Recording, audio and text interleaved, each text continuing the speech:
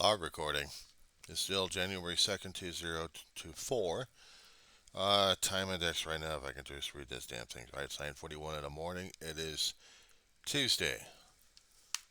Well, I sent a letter over to, or actually I'm in the process of getting it uploaded into YouTube. Then I'll be able to send it over to Mr. Don Terrace of Don's Family Vacations. I wanted to let him know concerning about the grieving situation. A friend is experiencing this, and she's going to be losing a relative. I was trying to explain to him. 15 minutes doesn't exactly do it very well. Good job. I mean, hell, I've been doing a hell of a lot of videos on this thing concerning about my own damn family. And yeah, I do miss him. And when I even talk about these things, there are triggers for me because family is still a heavy topic. It is a trigger topic, but it is my topic because I wanted to explain to him how this thing works. He's already been brushed by it. So he has his own way of trying to deal with it, and that's his own way. No complaints about it. We all have to find our own pathway when dealing with loss of loved ones, and also we deal with the denial. That's part of the grieving process, according to the shrinks. We don't want to deal with the concept that they're dying, and we don't want to deal with the concept that they're dead.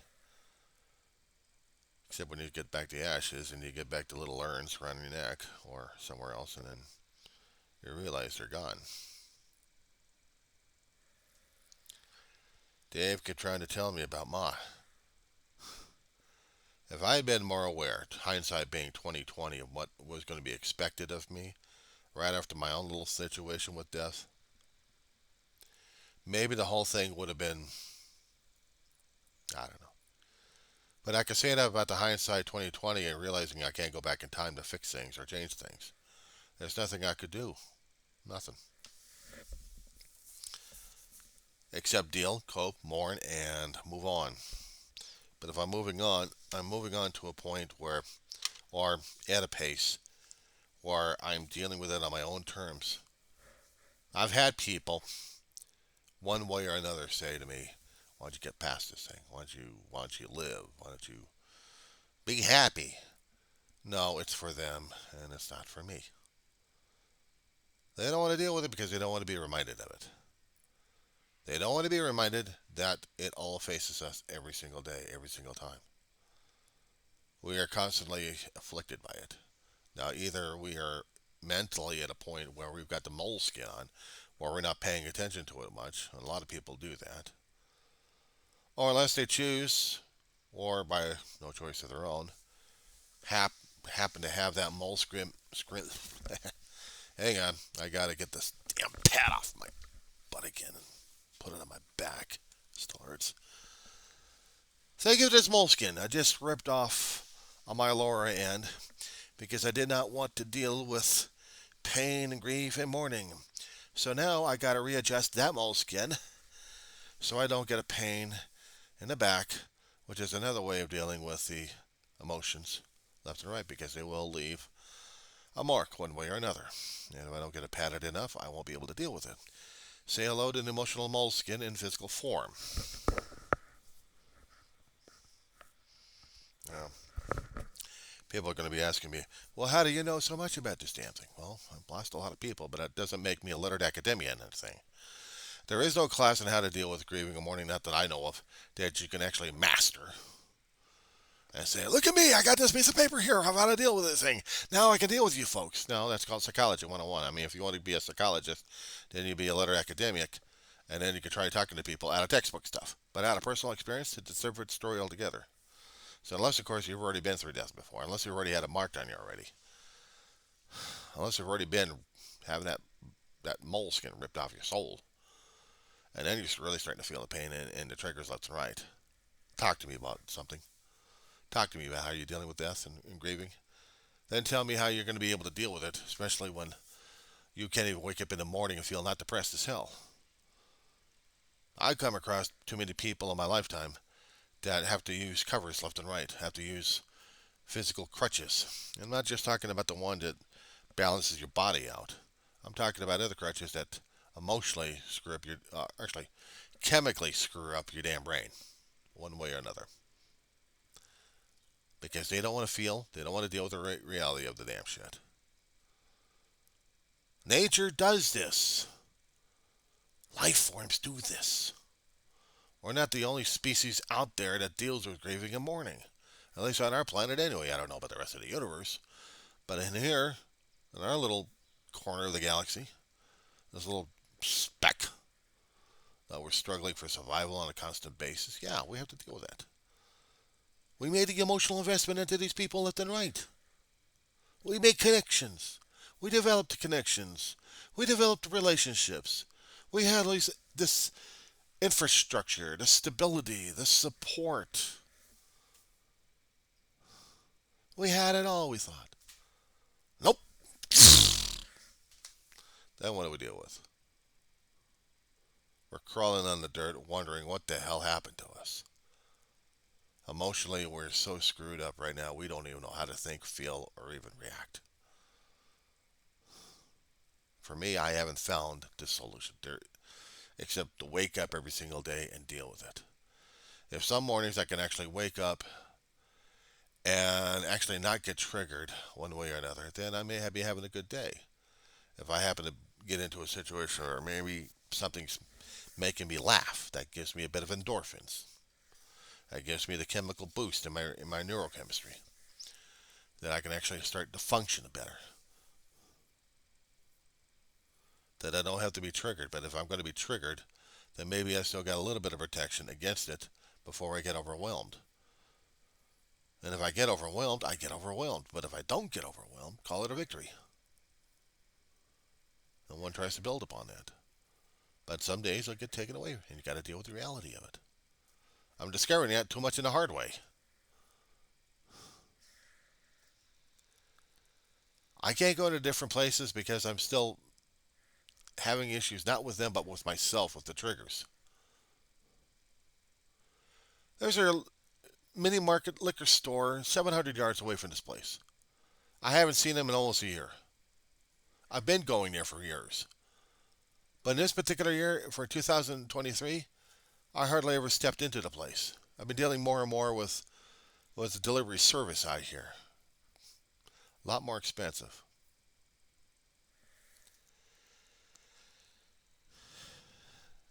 I needed a human contact sometimes, but how do you talk to them who hadn't got the experience? Who hadn't felt it? Who don't know? That's the hardest damn thing. Looking them in the eye and then you know they hadn't. But if they had, they're hiding it too damn well. They got the facade and the Hollywood veneer up that they're going to show you this character or caricature. Telling me that you should get over it, you should just live. Fine, I'll live, but I'm not getting over it. It's not a choice, it just is. At least for me it is. I probably bore the crap out of people. I am not that kind of person that without that family support I actually had, I don't deal very much. I struggle. If it makes me the weakest person around, then I'm weak, according to their eyesight. But for me, it's a day by day struggle. Because I made that so much emotional investment into my family, into the people I loved and cared about. And it hurts like hell when they're lost. When they finally are no longer part of us among the living. And I figured that there's no amount of wishes that can bring them back to life because then again I kept thinking I don't want them back in life. I don't want them to deal with the life we've got right now, or I have right now. As much as I would want their presence, and believe me, I do. And I pray, and I pray, and I am trying to deal and cope with what's going on. I just have a problem dealing with it. You know what kind of a problem I've got right now? I got this little bug walking around my damn table. looking for scraps, looking for places to go to. And maybe a long time ago, I probably would have just said, I can't do that. There are traps,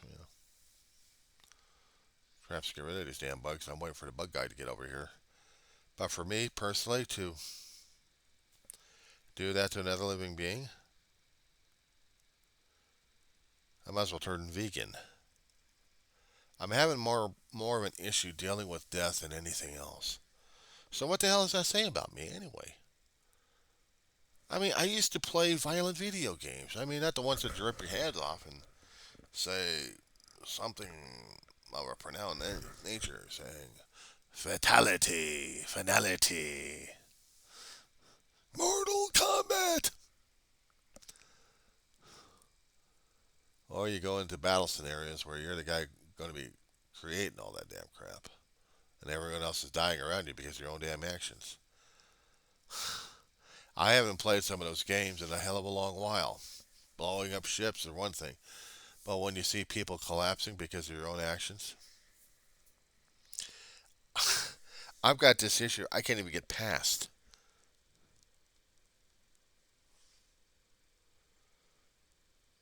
I can't deal with it. I can't do the action. I can't support it. I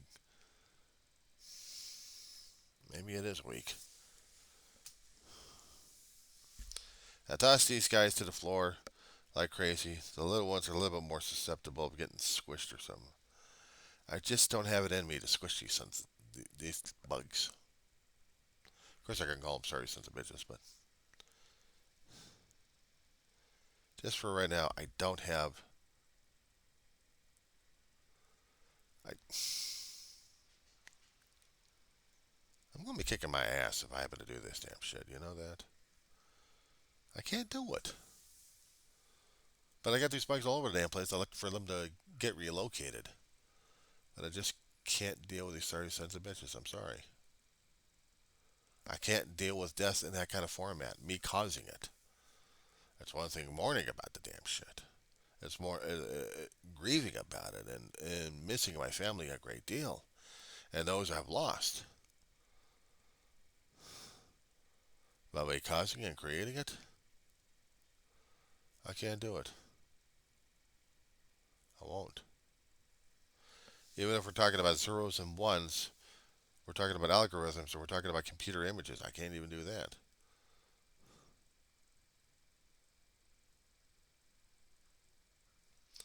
I just can't.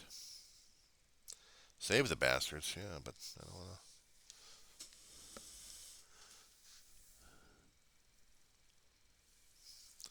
Guy wants to go all over that damn place. I want to get him the hell out of here. If I can get him on a damn paperwork, I can put him downstairs where I don't have to squish him as much.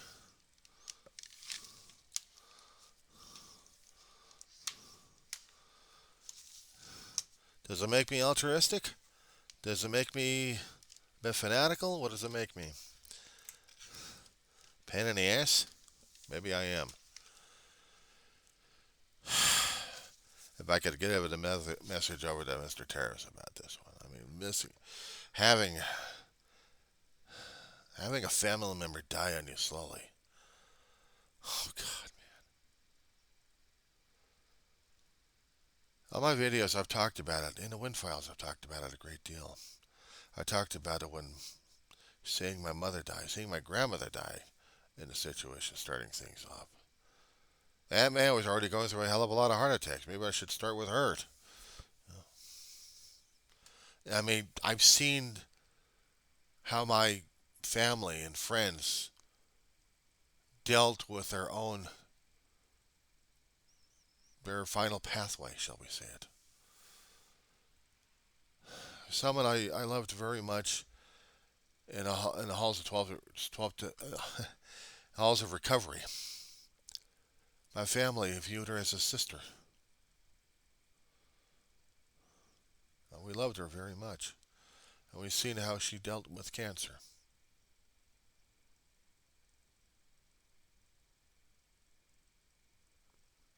How she fought every single day. And then we got the news. It tore our ass apart. There was a friend of mine over the past 10, 15 years, or maybe longer than that, who had been dealing with chronic fatigue syndrome, and I haven't heard from her in over a decade, so I don't know if she's still living or not. Longer than a decade. I loved her too. There's a lot of people I loved. Out of state, out of mind. But still, I loved them anyway.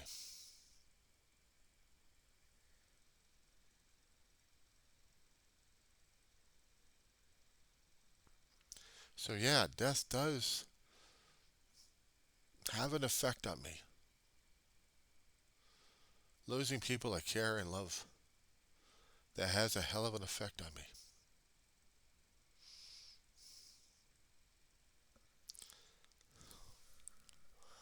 I don't know what I can say or do about it.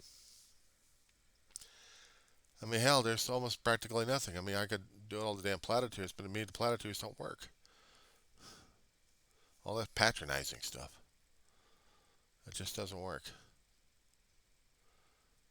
I guess the only way I would need it is just someone standing there and just allow me to get a hug or give a hug and just squeeze them. Just squeeze. I do that to my dog a great deal. Even she mourns and grieves. And we both have to comfort each other one way or another. She can still go psychotic and still waits for me to play with her all the time. I wish I could be in a playful mood all the time with her.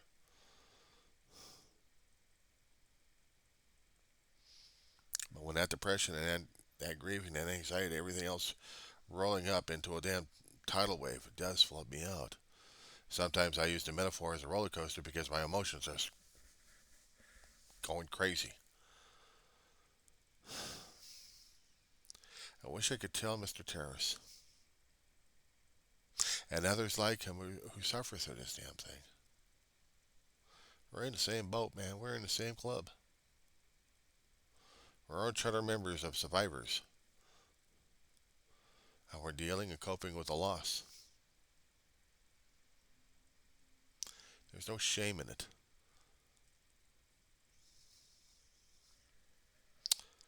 Maybe embarrassment because we do feel the embarrassment of it. But we should not be ashamed of it because this is natural. This is the way of things in nature. This is part of our own makeup. Even in our soul's creation makeup, I guess. That we have to deal with it. That we have to understand. Things happen, life processes. We made the investment of love. We enjoyed their company. They benefited us. We benefited from them. We enriched each other. We felt like we were as family as families could be. And then when they're gone, not just by geographic location, but of permanent relocation. How that affects us. That's one thing when they're moving out to another place left and right. And how that hurts because we can't deal with that. It's one thing if they go moving from one state to another state and then we have to deal with the loss of that. But at least hopefully they're still alive and I can take hope on that one. There have been a lot of family friends that I've lost by geographic location and also of the permanent relocation. I don't like saying death. I don't like saying dying. I don't like saying keeled over and moved on or anything else like that. I don't like it, but it is what it is. And I have to deal with it. I have to deal and I have to cope. I wish I could talk to other people about this one in person. Just stay there and listen and just, yeah, I'd like to tell myself because I'm going to be a topper at this point over here. But then again, it's my ego at work. I want to be heard as well. I want my pain to be viewed as such like everyone else's. I want it to be out there. I want it to be known. I want relief out of this damn thing. I can't get it, but I have to show these people what's going on. And if they understand what's going on, then maybe Maybe we all have a better understanding of what the hell we're dealing with right now as it is, because it's tearing our ass apart left and right. Screw this damn political head game show that's going on all the frickin' time. The real battle is how do you deal with survival when your loved one is gone, or the people that you cared about are gone. It's not just losing an item. I know losing an item, yeah, it tears you apart left and right. Been there, done that. But a friend of mine who passed along right after Ma did, she said, things are just things. And she's quite right on that one. We make the emotional investment into the objects. And when they're gone, the only thing you do is just get a replacement item. But we already put the sentimental value on that specific item. And when it's busted or broken like that, it hurts like hell, isn't it?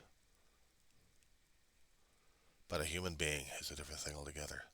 A living being is such as dogs. I'm a dog lover. I love dogs. I've had them all my life. They take a while to get used to you, that's for sure. But they make a hell of an addition to the family. And when you start losing them, it's like losing a kid. And you do mourn. You do grieve. You do remember. You have the pictures. But even sometimes you have to get past those things. And it's hard enough to deal with when you're dealing with human beings. Sometimes you get to wear the moleskin for a long while. Other times you don't. Personal experience. Anyway, I had to get this off my chest before I start going through that damn roller coaster again because I've already been on that top portion of it, the first run. And it's still kicking my ass right now. It's still waiting to go down. So, I hate these damn things. I swear to God.